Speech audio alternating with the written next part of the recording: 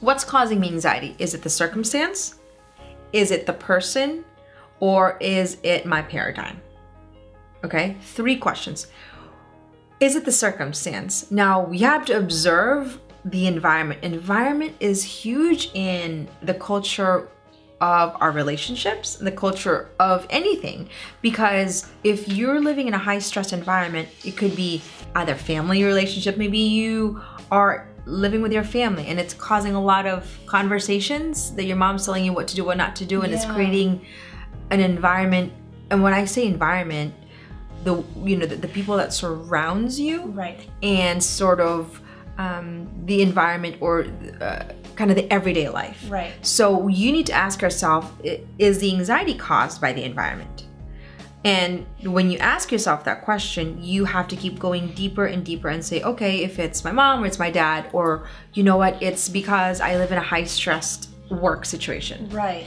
And it's not really actually my relationship. It's actually because my boss is demanding a lot of things from me, and I am working late. So really analyze if it's the environment. So if you can clearly say, you know, it's not actually the environment, or it is the environment, now you can process it, okay? Because you can now figure at least to the root of the question. Got it. Second would be, is it the person? Because if you are with a man where you feel as though you can't be free, that's a processing point. It's not a make it or break it. It just means that something needs to be flushed out, because who we ought to be with should give us freedom. And I'm going to say that again.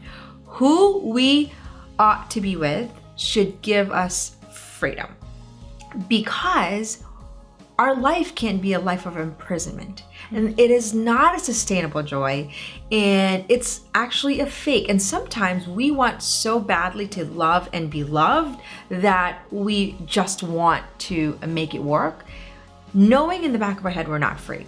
So it doesn't mean that the person is bad. It doesn't mean that,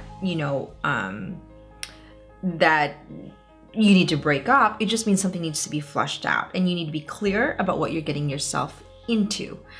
So now if you know it's the person, you can then follow that road.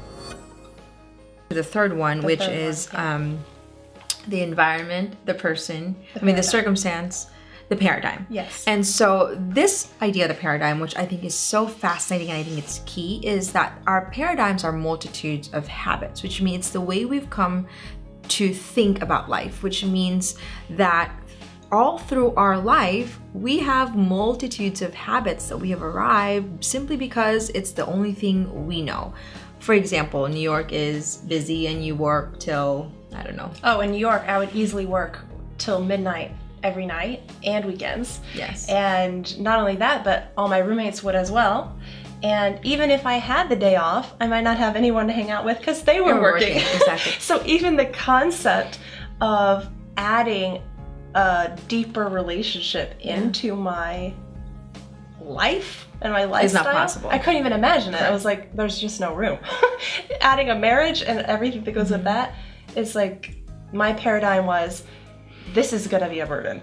Like, this is not gonna be something that brings me joy and fulfillment. It's something that I have to somehow squeeze into everything else that I'm doing, which I actually really like. Like, I actually really like working a lot. I actually really like traveling a lot.